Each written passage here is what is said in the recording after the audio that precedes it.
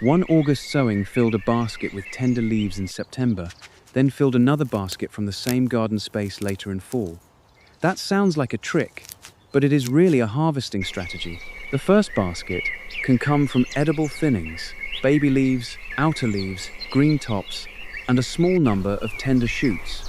The second can come from the roots, swollen stems, mature leaves, larger onions, or pea pods that the same sowing was still preparing. The opportunity is real, but one wrong cut can remove the growing point your second harvest depends on. So before we talk about the first vegetable, let us define what harvesting twice really means. It does not mean that every plant can be cut to the ground, pulled from the soil, and somehow return as a complete crop. With radishes, beets, turnips, and kohlrabi, the first harvest may be the seedlings you remove while thinning, while the strongest plants remain to produce the mature crop. With lettuce, bok choy, tatsoi, mizuna, kale, collards, Swiss chard, mustard greens, and spinach, the first harvest may be outer leaves or baby leaves, while the central growing point stays intact. With green onions, it may be a combination of edible thinnings and a light harvest of green tops.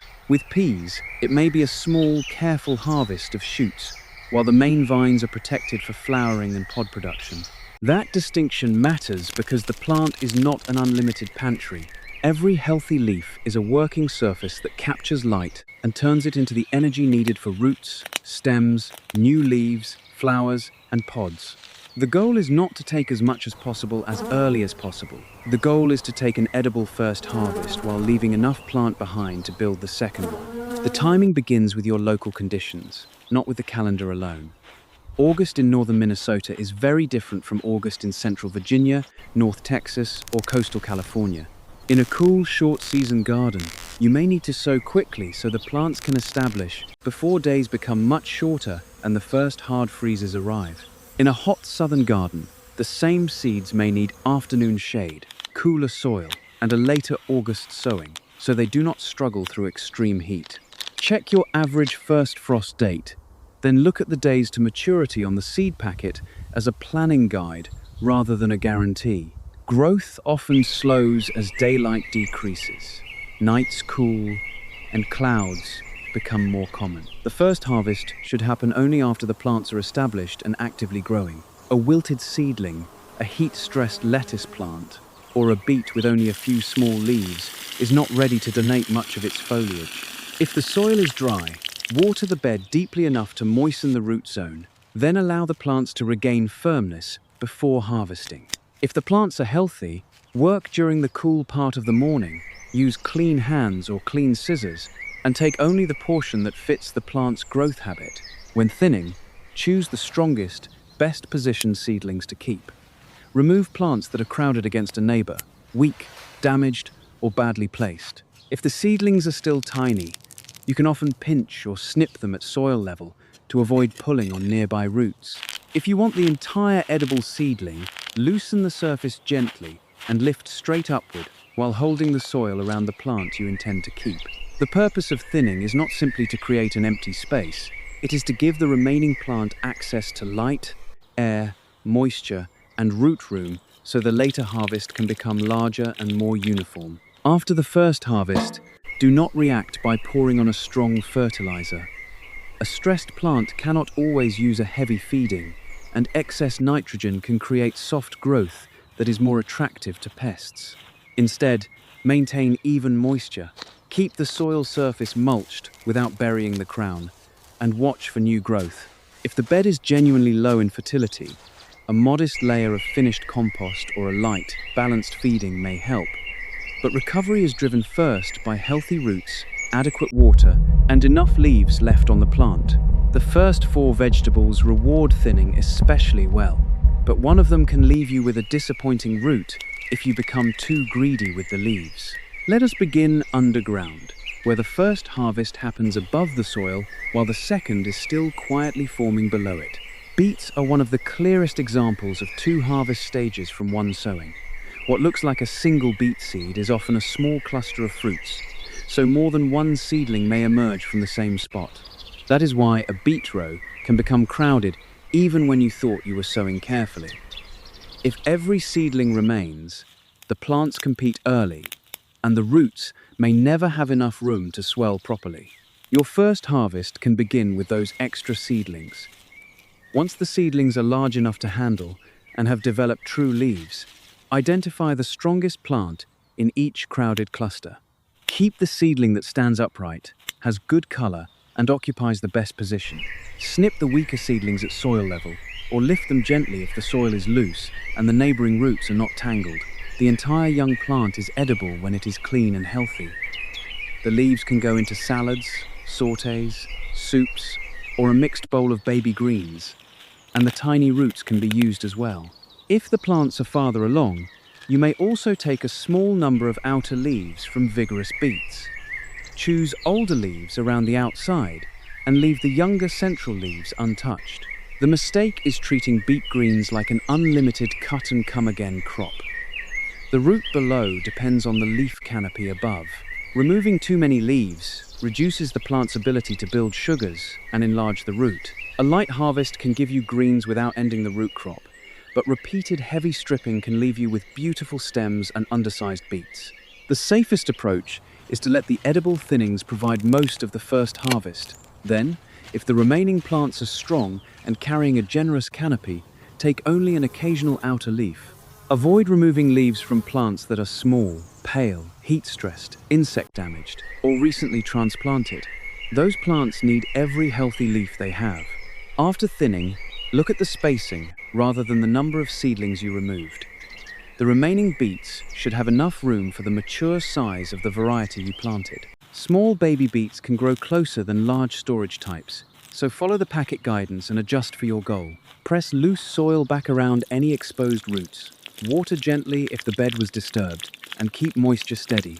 Large swings between dry and soaked soil can slow growth and reduce quality. The second harvest comes when the roots have reached a useful size and still feel firm. You do not have to wait for every beet to become large. Harvesting a few medium roots can create more room for the remaining plants, turning the mature harvest itself into another gradual thinning.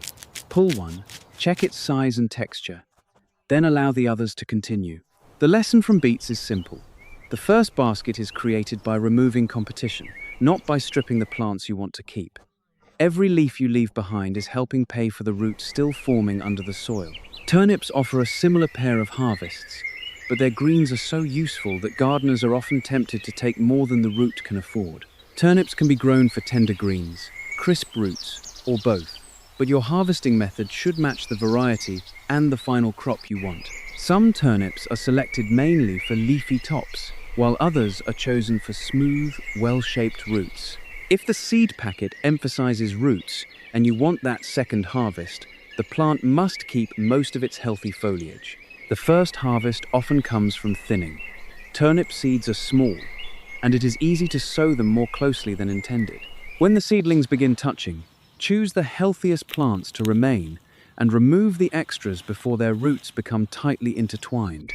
Young turnip leaves have a stronger flavor than lettuce, but are tender enough to cook quickly or mix with milder greens. By eating the thinnings, you gain an early harvest and give the remaining roots room to expand. If you lift the seedlings, pull straight up from moist, loose soil and steady the ground beside the keeper plant with your other hand. If roots have already tangled, cutting the unwanted seedling at soil level is safer than forcing it out. A seedling left with a disturbed or exposed root may stall even though it looked healthy before thinning. Once the turnips are established, you can take a limited number of older outer leaves. Start with leaves that are full-sized but still tender, and leave the compact center untouched. Do not remove a ring of foliage from every plant on the same day. Instead, harvest lightly from the strongest plants and allow them time to replace what was taken. If your main goal is a large root, use the leaves as a small bonus rather than the primary crop. Watch the plant after harvesting. A turnip that resumes upright growth and begins unfolding fresh center leaves is rebuilding. A plant that remains limp, pale, or motionless needs time, water management, and protection rather than another harvest. In hot August weather, even a healthy plant may be using its leaves simply to survive. Harvesting during a cooler morning and maintaining evenly moist soil reduces unnecessary stress. The root develops best in loose soil without hard clods or repeated drying. Mulch can help preserve moisture, but keep it from covering the central crown. Flea beetles and caterpillars can reduce the very leaf area the root needs, so inspect the lower and upper surfaces of the leaves. If pests have already removed a large portion of the canopy, postpone your own harvest. Your second harvest arrives when the turnip shoulders begin to show at the soil surface and the root has reached the size expected for the variety. Smaller roots are often milder and more tender than oversized ones. Pull a sample rather than waiting for the entire row to mature at once. As with beets, removing the first mature roots can leave more space for the rest. Turnips teach an important limit to the two-harvest idea. Edible leaves are not free energy. They are both food for you and solar panels for the root. Take enough to enjoy the first stage, but leave enough to finance the second. The next crop grows much faster, and that speed makes delayed thinning especially costly. With radishes, the first harvest is usually not a handful of leaves removed from the plants you are saving. It is a handful of entire young plants that would otherwise crowd the row. That distinction keeps the promise honest. The same individual radish is not pulled twice. The sowing gives you edible thinnings first, then mature roots from the plants that remain. Radish seeds are large enough to place carefully, but even a well-sown row can end up crowded after heavy rain shifts. The soil or several seeds fall together. Because radishes develop quickly, they need space early. When seedlings stand shoulder to shoulder, their roots compete before you can see a problem above ground. By the time the leaves look crowded, the developing roots may already be pressing against one another, thin while the plants are still young and the soil is slightly moist. Keep the straightest, healthiest seedlings at the spacing recommended for the variety. Small round radishes can remain closer than long daikon types, which need more root room and deeper loose soil. Lift the extras gently, rinse them well, and use the tender leaves and tiny roots. They may be peppery, so mix them with milder greens, or use them as a garnish. Do not try to create the first harvest by repeatedly stripping leaves from the radishes you want to mature. A radish grows fast because its leaves quickly capture energy for the swelling root. Heavy leaf removal delays that process and can leave the roots thin or poorly formed. If a leaf is damaged or lying on the soil, you can remove it, but routine leaf harvesting is not the best two-stage strategy for this crop. After thinning, firm the soil around the remaining seedlings and water gently. Radishes need consistent moisture for crisp texture. Long dry periods followed by heavy watering can contribute to splitting, while heat and delayed harvest can make some varieties harsh, pithy, or woody. In a hot region, August radishes may perform better late in the month, under temporary shade, or once nighttime temperatures begin to fall. The mature harvest should be checked early rather than assumed. Brush a little soil away from the shoulder of a round radish or pull a test root. If it has reached a useful size and feels firm, begin harvesting. Leaving mature radishes in warm soil for too long does not make them more valuable. It often reduces quality. This crop shows why careful wording matters. The garden space gives you 2 edible harvest stages from one sowing. Young plants removed for spacing and crisp roots from the selected plants left behind. The first harvest directly improves the second because it reduces competition. Our fourth crop also benefits from thinning, but its main edible swelling forms above the soil, where you can watch the consequences of your decisions much more clearly. Kohlrabi is often placed beside root crops, but the round edible portion is actually a swollen stem that forms above the soil. That visible swelling makes the second harvest easy to monitor, and it also shows why the plant needs a healthy canopy of leaves. The first harvest can come from thinning, crowded seedlings. Kohlrabi needs room for its stem to expand without leaning into a neighbor.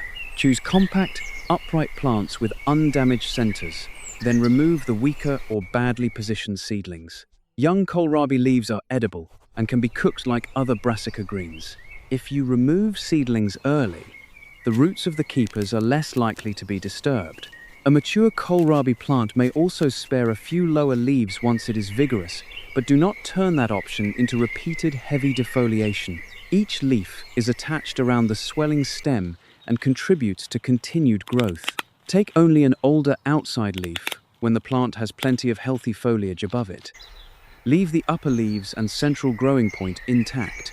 If the plant is small or recovering from flea beetles, caterpillars, heat, or transplant shock, skip the leaf harvest and let the edible thinnings be your first basket. Because the swollen portion sits above ground, do not bury it deeply with soil or mulch. Keep the root zone evenly moist while leaving the stem exposed.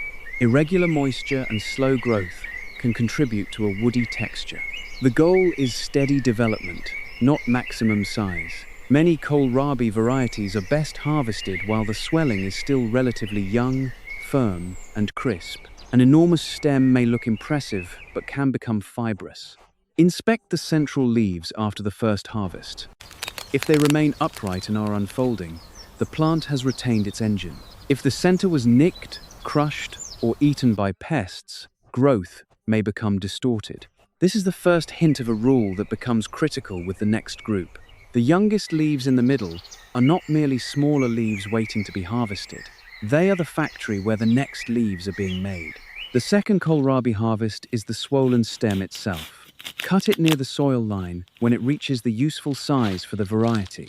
The leaves can be used too, but the main payoff is the crisp stem that the protected canopy has been building.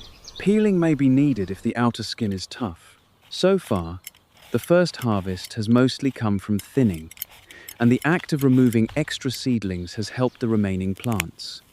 From this point forward, the strategy changes. With several leafy vegetables, you will be cutting from plants you intend to keep. One careless cut can damage the exact center where the second harvest must begin. Bok choy is where that hidden risk becomes impossible to ignore. Bok choy gives you several ways to create an early harvest, but the safest method depends on whether you want loose leaves, baby plants, or a full mature head. If you sow the row closely, the first harvest can be entire baby bok choy plants removed during thinning. That approach is simple. Take the smaller or crowded plants, leave the best spaced ones, and allow those keepers to form thicker white or green stalks. When harvesting from a plant you want to keep, work from the outside. Bok choy forms new leaves from a compact center near the base. The largest outside stalks can be cut one at a time, but the small folded leaves in the middle must remain. Slide a clean knife or scissors down beside an outer stalk and cut it where it joins the base without slicing across the center. Do not gather the entire plant and cut straight through it unless your intention is to take the whole head and end that plant's harvest. The central growing point can be difficult to describe until you look closely. Imagine the plant as a cup. The broad outer stalks form the walls, while the smallest upright leaves sit inside the cup. Those inner leaves are where the next growth is organized. If they remain firm and undamaged, the plant can continue producing. If a knife crosses through that center, the plant may stop, rot, or regrow irregularly. August heat adds another complication. Bok choy prefers cooler conditions, and a stressed plant may bolt instead of building a large rosette.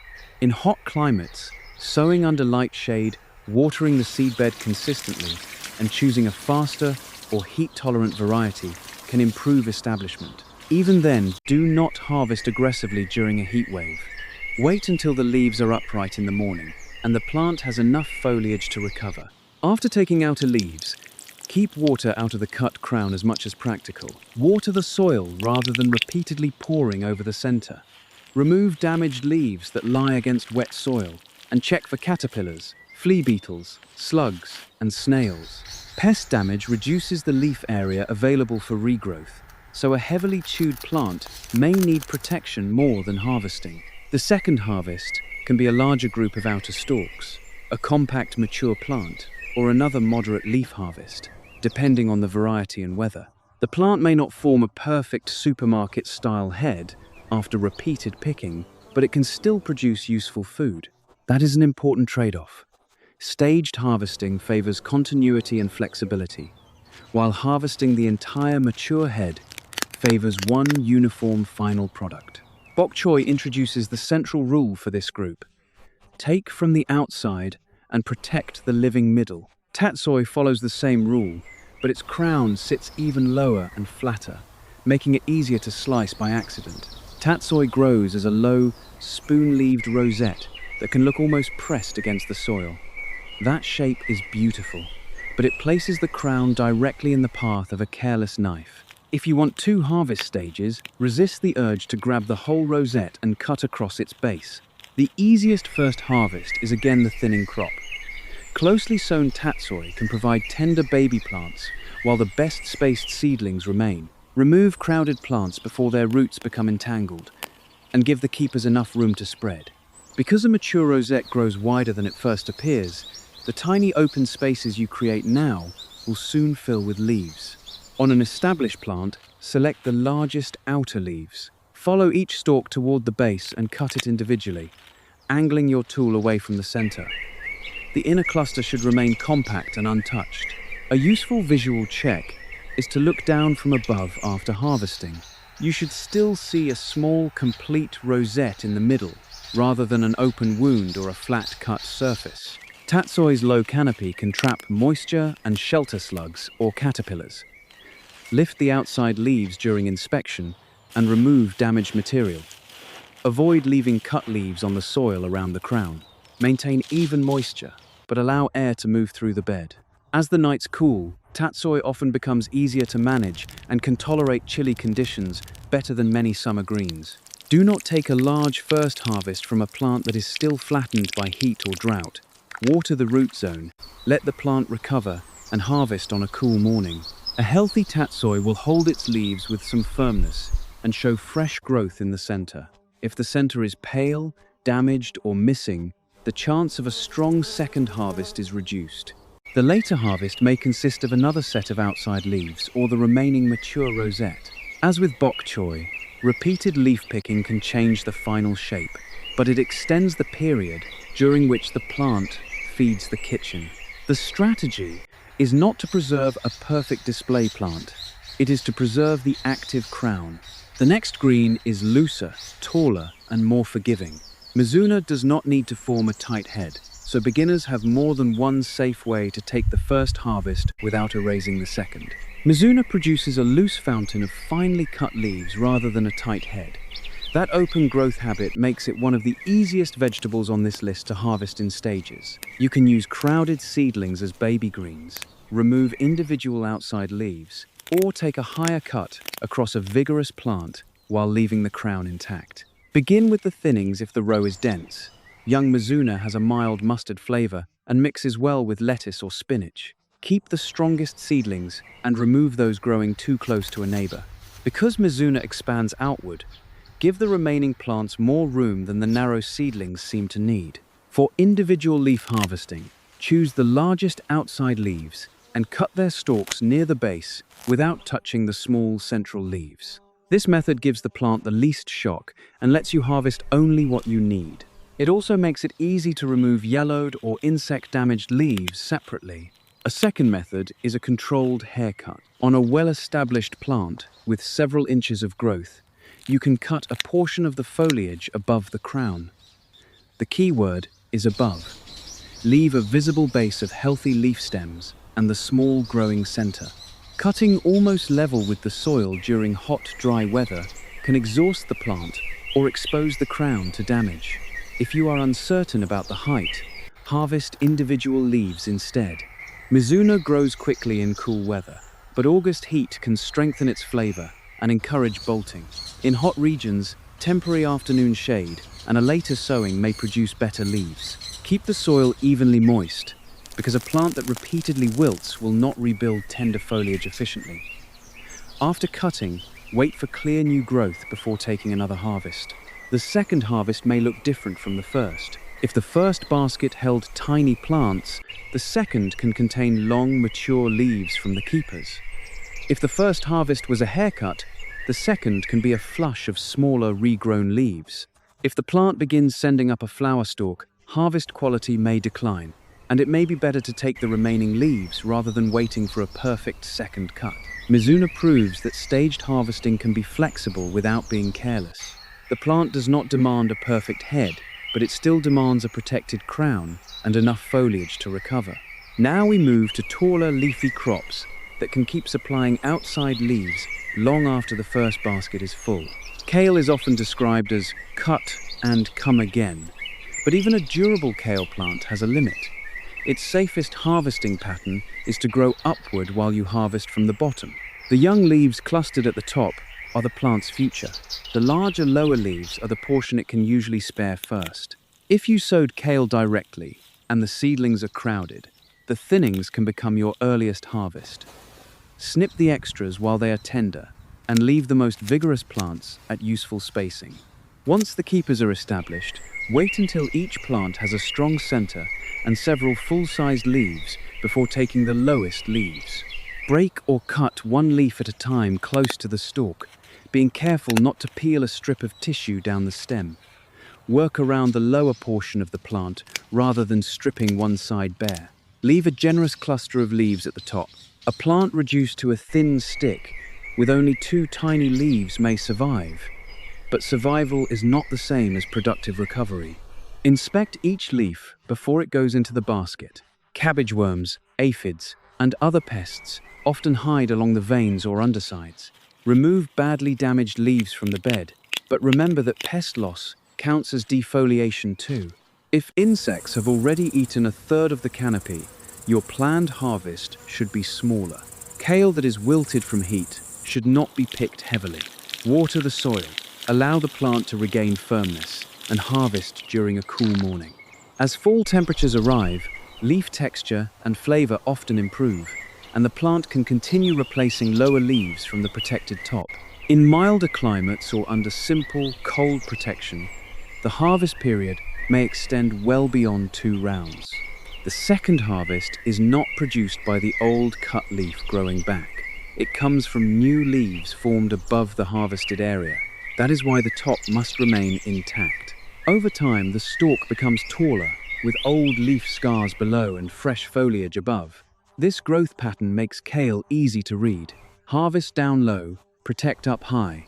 Kale can reward restraint with several modest harvests rather than one severe cutting. Collards follow the same upward pattern, but their broad leaves can tempt you to remove far more plant material in a single trip through the garden. Collards grow broad, substantial leaves from an upright central stem. One mature leaf can feel like a large harvest compared with a handful of baby greens, and that is exactly why restraint matters. Removing 4 huge leaves may take away more working foliage than removing several small kale leaves. The first harvest can come from thinning young plants. Tender collard seedlings are edible, and removing crowded plants gives the keepers room to widen. Later, begin with the lowest healthy leaves. Hold a leaf near its base and cut cleanly, or bend it carefully away from the stalk without tearing the main stem. Leave the compact upper leaves and the central tip untouched. Do not follow a fixed rule, such as taking the same number of leaves from every plant. Judge each plant by how much healthy foliage remains. A vigorous collard with a large canopy can spare more than a small plant that has been chewed by caterpillars or stressed by heat. After harvesting, the plant should still look like a functioning plant, not a bare pole. Because collard leaves are broad, they lose water in hot, windy weather. Maintain moisture in the root zone, use mulch to reduce evaporation, and avoid a heavy harvest immediately before an extreme heat event. Check the leaves for cabbage worms, eggs, and aphids. If pest pressure is high, solve that problem before asking the plant to rebuild a large harvested area. The second harvest develops as the top continues producing leaves, and older leaves move outward and downward. Cool fall weather can extend the season, and established collards may tolerate cold better than many tender salad crops. The exact duration depends on variety, temperature, and protection. So treat additional harvests as a possibility rather than a guarantee. The central lesson is proportion. A collard plant can give you a large first basket because each leaf is large, but it still needs enough canopy to power the next set. Swiss chard changes the architecture again. Instead of harvesting from an upright stalk, you will work around a broad crown, taking one outside stem at a time. Swiss chard is built for staged harvesting. Its leaves rise on individual stalks around a central crown, so the plant naturally shows you what to take first. The largest stalks stand around the outside, while smaller leaves continue forming in the middle. If you direct sow chard, the first harvest can be the tender seedlings removed during thinning. Chard seed clusters can produce more than one seedling, much like beets, so crowded clumps are common. Keep the strongest plant in each position, and snip the extras if pulling might disturb the roots. On established plants, choose the oldest full-sized outside stalks. Cut each stalk cleanly near the base, but keep your blade outside the central cluster. Do not gather all the leaves and slice across them like a bunch of herbs. That shortcut can injure the crown and remove leaves that were not ready to give. Both the leaf blade and the colorful or pale stalk are edible, though they cook at different speeds. Taking one or two large outside stems can produce a useful meal while leaving the center almost unchanged. That makes chard especially valuable in a small raised bed or container, where continuous production matters more than a single uniform harvest. Swiss chard handles warmth better than spinach, but it still performs best with steady moisture. A plant that repeatedly wilts may develop tougher leaves and recover slowly after cutting. Water at the soil level. Keep mulch away from the crown, and remove old damaged stalks so they do not collapse across the center. Check for leaf miners and chewing insects before harvesting. New stalks do not emerge from the cut ends. They arise from the protected crown. When the center continues opening healthy leaves, your second harvest is being built.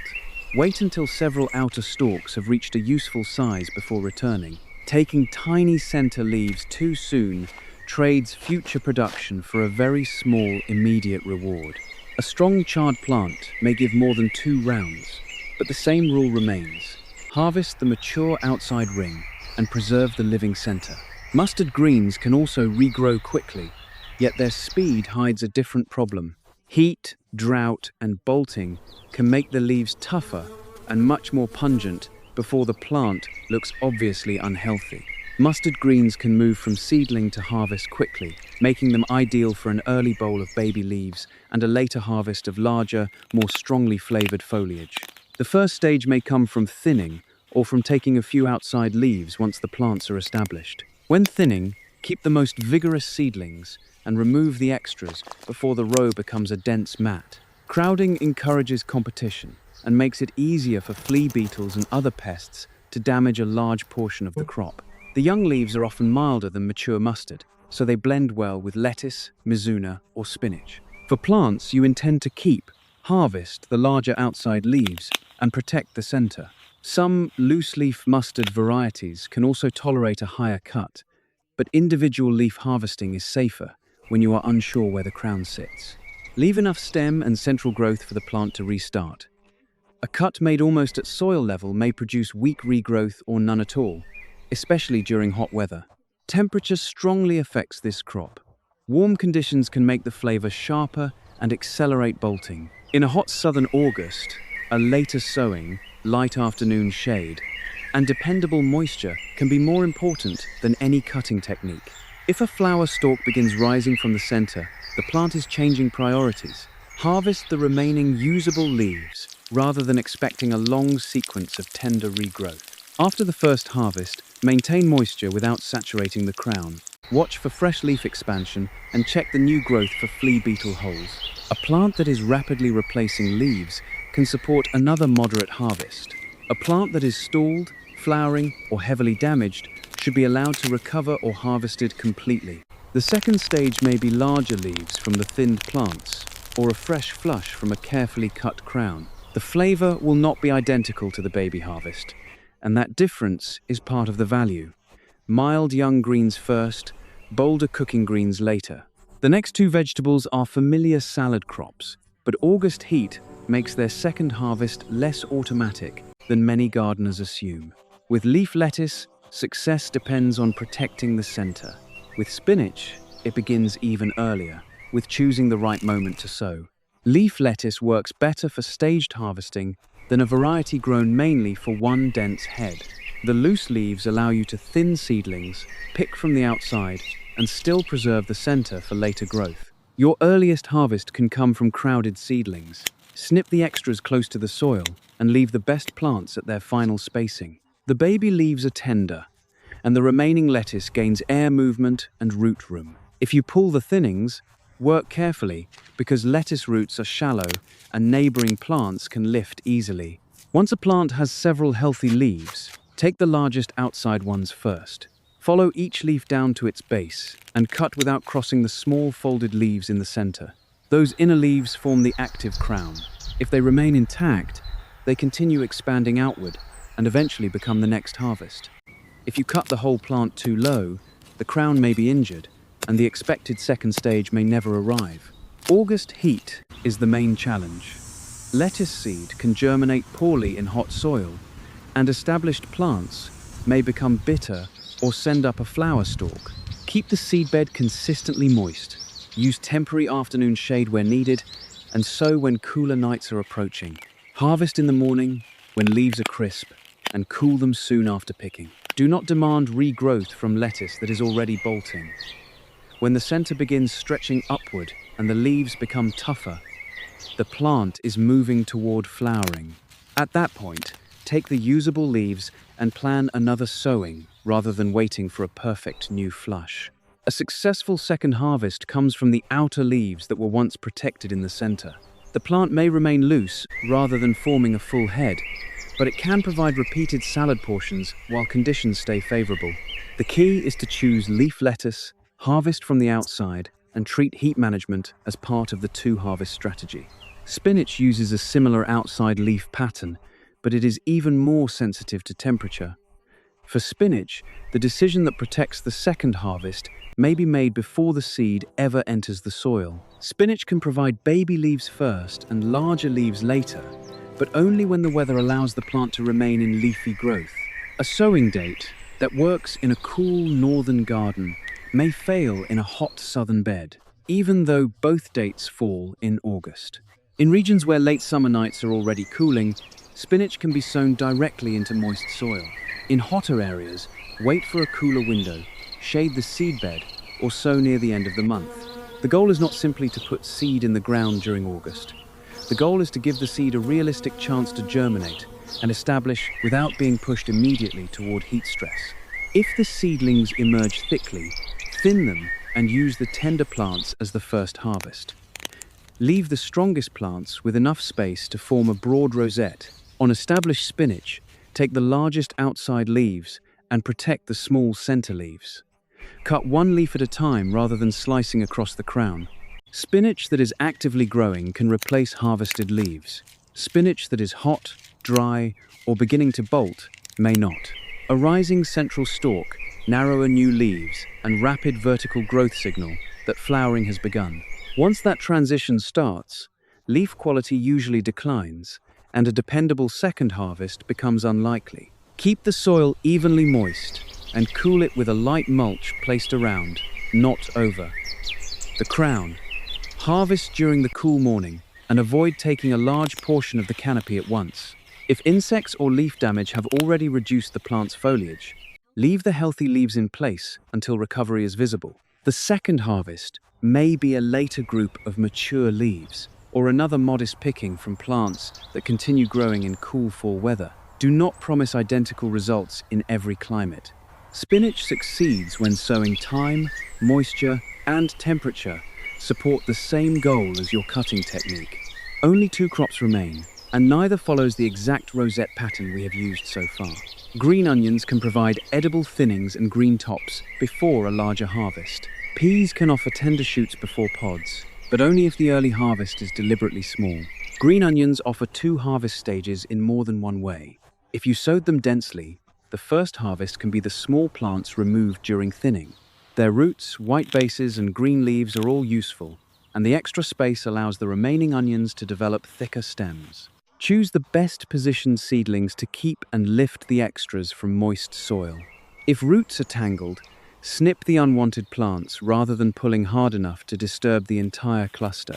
The plants left behind should stand upright with soil firm around their bases. On established green onions, you may also take a limited amount of green leaf. Cut only part of the outer foliage and leave the central growth intact. Do not repeatedly cut every leaf down near the white base if your goal is a larger onion later. Green leaves are producing the energy that thickens the stem and supports new growth. Keep moisture steady because shallow onion roots dry quickly. At the same time, avoid keeping the base constantly soggy. A modest feeding can help in poor soil, but strong late nitrogen is not a substitute for sunlight, water, and intact leaves. The second harvest can be a larger bunch of green onions with thicker white shanks, or selected mature plants removed as space is needed. The transformation is simple. Tiny thinnings feed the kitchen first, while the best plants remain and gain size. The final crop offers the most surprising pair of harvests. Peas can give tender shoots and later produce pods, but an aggressive shoot harvest can remove the very vine that must climb, flower, and carry that second reward. Peas need a careful definition of the first harvest.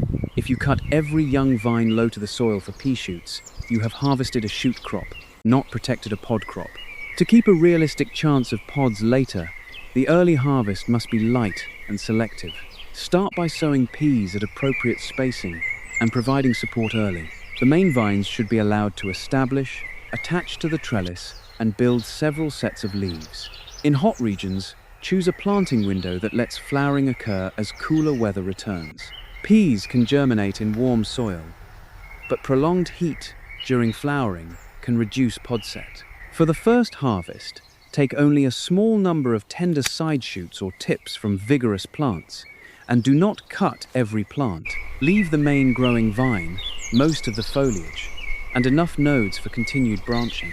An even safer approach is to sow a small portion of the row specifically for shoots and leave the main pod-producing plants untouched. The sowing still gives you two products, but you are honest about the different roles of the plants.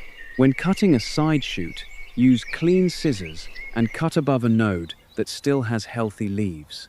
Avoid cutting far down the main stem. The plant needs its climbing tip, leaf area, and developing nodes to reach the stage where flowers form. If a pea plant is short, pale, wilted, or struggling in heat, skip the shoot harvest completely.